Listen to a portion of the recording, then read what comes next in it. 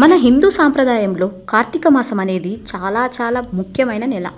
ఇది దేవుడికి భక్తికి కేటాయించిన ఒక స్పెషల్ టైం. ఈ నెల మొత్తం ఒక రకమైన మంచి పాజిటివ్ వైబ్ ఉంటుంది. ఎక్కడ చూసినా గుళ్ళల్లో పూజలు, దీపాలు, భజనలు వినిపిస్తూ కనిపిస్తూ ఉంటాయి. ఈ నెల మొత్తం శివుడికి అలాగే విష్ణుమూర్తికి కూడా చాలా ఇష్టమైనది. అందుకే ఈ నెలను హరిహర మాసం అని కూడా అంటారు. హరి అంటే విష్ణుమూర్తి, హరుడు అంటే శివుడు. ఇద్దరికి ఈ నెలలో చేసే పూజలు చాలా త్వరగా నచ్చుతాయని మన పెద్దలు చెబుతారు. ఈ మొత్తం నెలలో ఎన్నో మంచి రోజులు ఉన్నా అన్నిటికంటే హైలైట్ మరియు అత్యంత ముఖ్యమైన రోజు ఏదైనా ఉందంటే అది ఖచ్చితంగా కార్తీక పౌర్ణమి. ఈ రోజును పెద్ద పండుగలాగా జరుపుకుంటారు. ఇది దీపావళి పండుగకి ఏమాత్రం తక్కువ కాదు. నిజం చెప్పాలంటే కొందరు దీపావళి కంటే కూడా కార్తీక పౌర్ణమినే చాలా గొప్పగా భక్తిగా చేసుకుంటారు. ఈ రోజుకు చాలా పవర్ ఉందని, ఈ రోజు చేసే చిన్న పూజ అయినా, వెలిగించే ఒక్క దీపమైనా, చేసే చిన్న దానమైనా మామూలు రోజుల్లో చేసిన దానికంటే 1,00,000 రెట్లు ఎక్కువ మంచి ఫలితాన్ని ఇస్తుందని అందరూ గట్టిగా నమ్ముతారు. కార్తీక పౌర్ణమికి ఉన్న మరో ముఖ్యమైన పేరు త్రిపుర పౌర్ణమి. ఈ పేరు రావడానికి వెనుక ఒక పెద్ద కథ ఉంది. ఈ కథను తెలుసుకుంటే ఈ రోజు ఎందుకు ఇంత గొప్పదో మనకు బాగా అర్థమవుతుంది. పూర్వం తారకాసురుడు అనే రాక్షసుడికి 3 కొడుకులు ఉండేవారు. వాళ్ల పేర్లు తారకాక్షుడు, కమలాక్షుడు, విద్యున్మాలి. వాళ్లు 3 కలిసి బ్రహ్మదేవుడి కోసం చాలా కఠినమైన తపస్సు చేశారు. వాళ్ల తపస్సుకు మెచ్చిన బ్రహ్మదేవుడు ప్రత్యక్షమై ఏం వరం కావాలో కోరుకోండి అని అడిగాడు. అప్పుడు ఆ 3 రాక్షసులు చాలా తెలివిగా ఒక వరం అడిగారు. స్వామీ, మాకు చావు ఉండకూడదు అని అడిగారు. దానికి బ్రహ్మ, పుట్టిన ప్రతి జీవికి మరణం తప్పదు, అది కుదరదు, ఏదైనా వేరేది అడగండి అన్నాడు. అప్పుడు వాళ్లు ఆలోచించి, సరే అయితే మాకు గాలిలో తిరిగే 3 నగరాలు కావాలి. ఒకటి బంగారంతో, ఒకటి వెండితో, ఒకటి ఇనుముతో కట్టబడాలి. ఆ 3 నగరాలు వేరువేరుగా తిరుగుతూ ఉంటాయి. కాని ప్రతి 1000 సంవత్సరాలకు ఒకసారి మాత్రమే ఒకే ఒక్క క్షణం పాటు అవన్నీ ఒకే లైన్లోకి వస్తాయి. అప్పుడు ఎవరైనా ఒకే ఒక్క బాణంతో ఆ 3 నగరాలను ఒకేసారి నాశనం చేస్తేనే మాకు మరణం రావాలి. వేరే ఎవ్వరూ ఏ ఆయుధంతో మమ్మల్ని చంపకూడదు అని వరమడిగారు. బ్రహ్మదేవుడు సరేనని ఆ వరాన్ని ఇచ్చేశాడు. ఇక ఆ 3 రాక్షసులకు తిరుగులేదు. వాళ్లను త్రిపురాసురులు అని పిలవడం మొదలుపెట్టారు. ఆ 3 నగరాల్లో ఉంటూ వాళ్లు దేవతలను, మంచి మనుషులను, ఋషులను చాలా ఇబ్బందులు పెట్టడం మొదలుపెట్టారు. వాళ్ల బాధ తట్టుకోలేక దేవతలందరూ వెళ్లి విష్ణుమూర్తికి మొరపెట్టుకున్నారు. విష్ణుమూర్తి వారితో, ఈ వరం చాలా కష్టమైనది. ఆ 3ని ఒకే బాణంతో చంపగలిగే శక్తి ఒక్క శివుడికి మాత్రమే ఉంది. మీరందరూ వెళ్లి శివుణ్ణి అడగండి అని చెప్పాడు. దేవతలందరూ కైలాసానికి వెళ్లి శివుడికి జరిగినదంతా చెప్పి కాపాడమని వేడుకున్నారు. అప్పుడు శివుడు ఆ త్రిపురాసురులను చంపడానికి ఒప్పుకున్నాడు. కాని అది అంత ఈజీ కాదు. ఆ యుద్ధం కోసం శివుడు చాలా గొప్పగా తయారయ్యాడు. ఈ భూమి మొత్తాన్ని తన రథంగా చేసుకున్నాడు. సూర్యుడిని, చంద్రుడిని రథానికి చక్రాలుగా చేసుకున్నాడు. మేరు పర్వతాన్ని విల్లుగా, ఆదిశేషువును ఆ వింటికి తాడుగా, సాక్షాత్తు విష్ణుమూర్తినే బాణంగా చేసుకుని ఆ రాక్షసులతో యుద్ధానికి బయలుదేరాడు. శివుడు ఆ రాక్షసుల కోసం 1000 సంవత్సరాలు ఎదురుచూశాడు. ఎప్పుడు ఆ 3 నగరాలు ఒకే లైన్లోకి వస్తాయా అని కాచుకుని ఉన్నాడు. చివరికి ఆ రోజు రానేవచ్చింది. కార్తీక మాసంలో పున్నమి చంద్రుడు ప్రకాశిస్తున్న రోజున ఆ 3 నగరాలు సరిగ్గా ఒకే లైన్లోకి వచ్చాయి. వెంటనే శివుడు పాశుపతాస్త్రం అనే తన మహాశక్తివంతమైన బాణాన్ని, అంటే విష్ణుమూర్తిని, ఆ విల్లుకు ఎక్కుపెట్టి ఓం నమః శివాయ అని చెప్పి వదిలాడు. ఆ ఒక్క బాణం ఆ 3 నగరాలను ఒకేసారి బూడిద చేసేసింది. ఆ 3 రాక్షసులు చనిపోయారు. ఇలా లోకాలను కాపాడిన శివుణ్ణి అందరూ త్రిపురాంతకుడు అని పిలిచారు. అంటే త్రిపురాలను అంతం చేసినవాడు అని అర్థం. ఆ రాక్షసులు చనిపోయినందుకు దేవతలందరూ సంతోషంతో ఆ రోజు రాత్రి దీపాలు వెలిగించి పెద్ద పండుగ చేసుకున్నారు. అదే రోజు కార్తీక పౌర్ణమి. అందుకే ఈ రోజున మనం కూడా దీపాలు వెలిగించి ఆ శివుణ్ణి తలుచుకుంటాం. ఇది చెడు మీద మంచి గెలిచిన రోజు. ఈ సంవత్సరం అంటే 2025లో కార్తీక పౌర్ణమి ఎప్పుడు జరుపుకోవాలి అనే విషయంలో కొంచెం క్లారిటీ అవసరం. మన తెలుగు క్యాలెండర్ ప్రకారం తిథి అనేది ఇంగ్లీష్ క్యాలెండర్ లాగా కరెక్ట్గా రాత్రి 12 గంటలకు మారదు.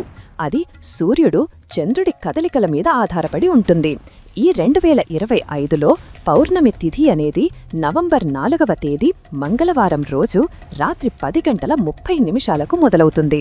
ఆ తరువాత అది నవంబర్ 5వ తేదీ బుధవారం రోజు సాయంత్రం 6:48 వరకు ఉంటుంది.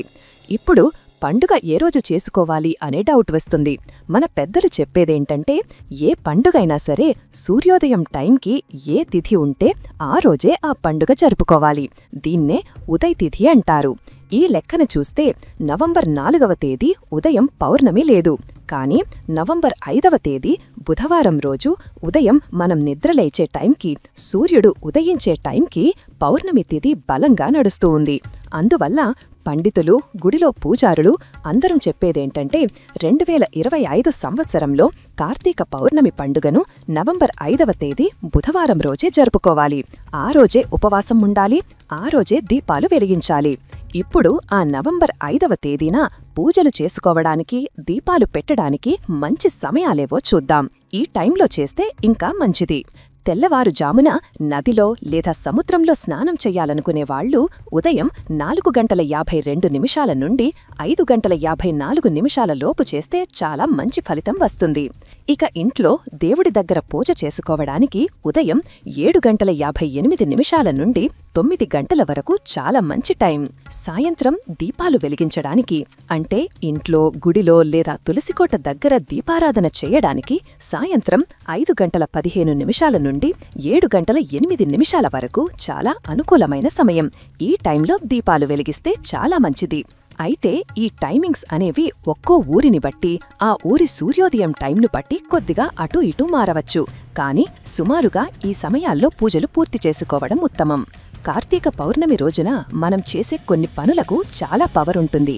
అవి ఏంటో వివరంగా చూద్దాం. నదీ స్నానం.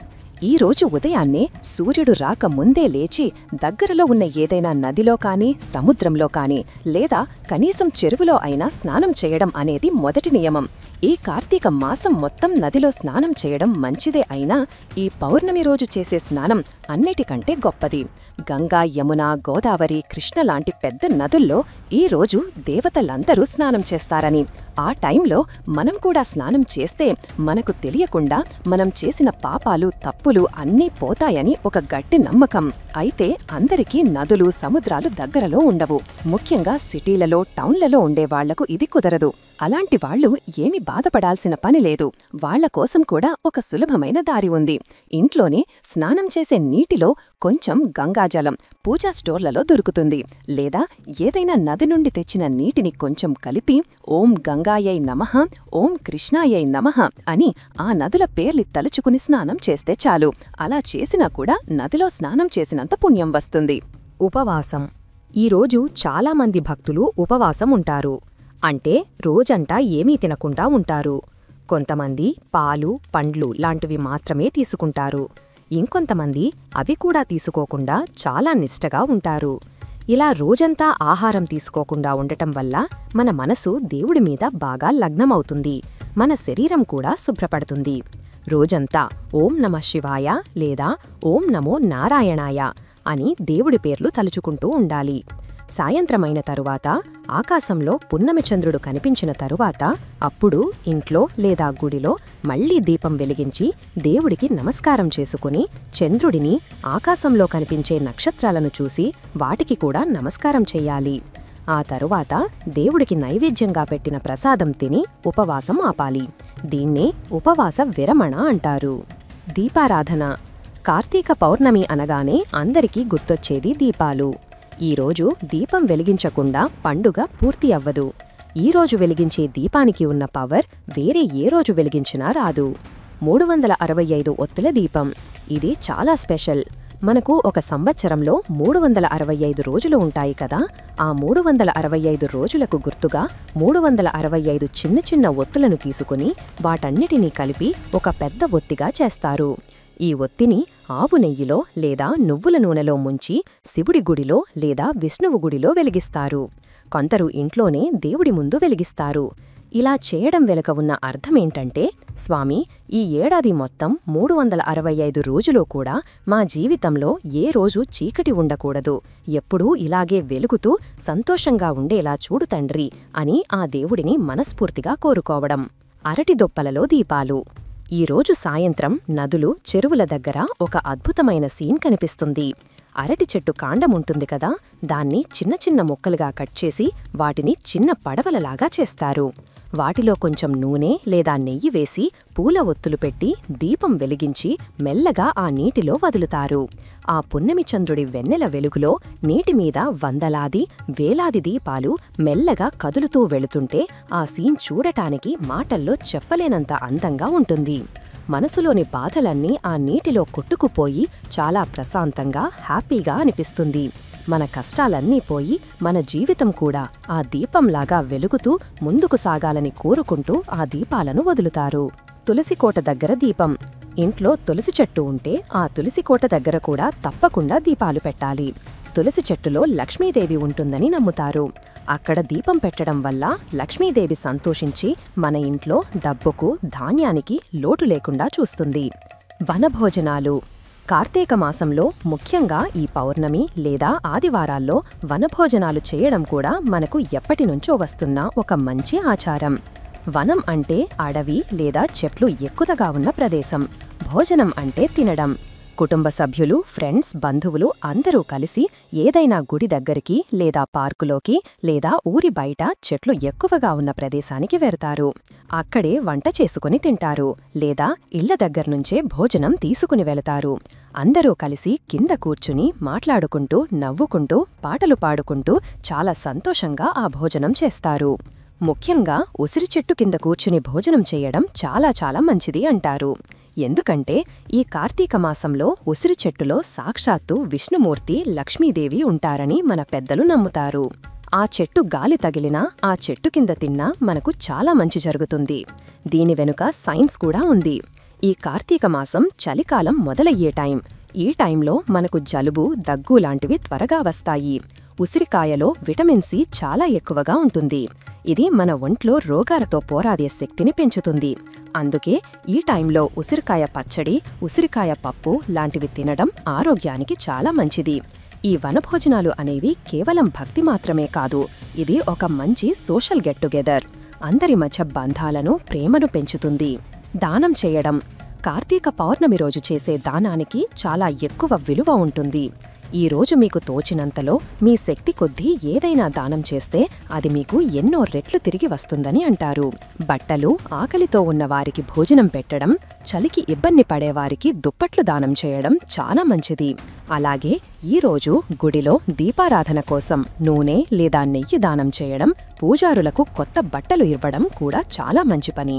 కార్తీక పౌర్ణమి రోజు శివాలయాలు, విష్ణువాలయాలు అన్నీ భక్తులతో కిటకిటలాడిపోతాయి. తెల్లవారుజాము నుండే గుళ్లలో స్పెషల్ పూజలు మొదలవుతాయి. ముఖ్యంగా శివుడి గుళ్లలో రుద్రాభిషేకం చేస్తారు. అంటే శివలింగానికి పాలు, పెరుగు, తేనె, నెయ్యి, పండ్ల రసాలు, కొబ్బరి నీళ్లు వంటి వాటితో మంత్రాలు చదువుతూ స్నానం చేయిస్తారు. ఈ అభిషేకం చూడటం, అందులో పాల్గొనటం వల్ల మనకున్న గ్రహదోషాలు పోతాయని నమ్ముతారు. ఇంకా 1,00,000 బిల్వ పూజ చేస్తారు. అంటే శివుడికి ఎంతో ఇష్టమైన మారేడు ఆకులతో బిల్వపత్రం 1,00,000 సార్లు పూజ చేస్తారు. అలాగే అమ్మవారి గుళ్లలో 1,00,000 కుంకుమార్చన చేస్తారు. అంటే అమ్మవారి పేరును 1,00,000 సార్లు చదువుతూ ప్రతిసారి కుంకుమతో పూజ చేస్తారు. ఈ పూజల్లో పాల్గొనడానికి భక్తులు చాలా దూరం నుండి కూడా వస్తారు. సాయంత్రం అయ్యేసరికి గుడి మొత్తం దీపాలతో నిండిపోయి చూడటానికి చాలా అద్భుతంగా ఉంటుంది. ఈ కార్తీక పౌర్ణమి మాత్రమే కాదు, ఈ నెలలో వచ్చే ప్రతి సోమవారం కూడా శివుడికి చాలా ఇష్టమైన రోజు. ఈ 2025 సంవత్సరంలో కార్తీక సోమవారాలు అక్టోబర్ 27వ తేదీన, నవంబర్ 3వ తేదీన, నవంబర్ 10వ తేదీన మరియు నవంబర్ 17వ తేదీన వచ్చాయి. ఈ సోమవారాల్లో కూడా చాలామంది ఉపవాసం ఉండి శివుడికి పూజ చేస్తారు. ఈ రోజుల్లో కూడా దీపాలు వెలిగించడం వల్ల చాలా మంచి జరుగుతుంది. చివరగా చూశారు కదా, కార్తీక పౌర్ణమి అనేది కేవలం క్యాలెండర్లో ఒక పండుగ రోజు మాత్రమే కాదు. ఇది మన మనసులో, మన ఇంట్లో, మన జీవితంలో ఉన్న చీకటిని తీసేసి వెలుగున నింపుకునే ఒక గొప్ప రోజు. చెడు మీద మంచి గెలిచిన దానికి గుర్తుగా జరుపుకునే పండుగ. భక్తి, సంతోషం, ఆరోగ్యం, అందరితో కలిసి ఉండటం ఇవన్నీ ఈ పండుగ మనకు నేర్పిస్తుంది. ఈ కార్తీక పౌర్ణమి రోజు నవంబర్ 5వ తేదీన మీరందరూ కూడా మీ ఇంట్లో ఒక్క దీపమైన వెలిగించి ఆ శివుడిని, విష్ణుమూర్తిని మనస్ఫూర్తిగా తలుచుకోండి. ఓం నమః శివాయ, ఓం నమో వెంకటేశాయ అని అనుకోండి. ఆ దేవుళ్ల దయ మీ మీద, మీ కుటుంబం మీద ఎప్పుడూ ఉండి మీ జీవితం కూడా ఆ దీపంలాగా ఎప్పుడు వెలుగుతూ ఉండాలని కోలుకుందాం. సర్వే జనా సుఖినో భవంతు. ఈ వీడియో మీకు నచ్చినట్లయితే లైక్ చెయ్యండి, షేర్ చెయ్యండి. ఇలాంటి మరిన్ని వీడియోల కోసం ఛానల్ను సబ్స్క్రైబ్ చేసుకోండి. అలాగే బెల్ ఐకాన్ను నొక్కండి. దీని ద్వారా మేం చేసే ప్రతి వీడియో నోటిఫికేషన్ రూపంలో మీ వద్దకు చేరుతుంది. సర్వే జనా సుఖినో భవంతు.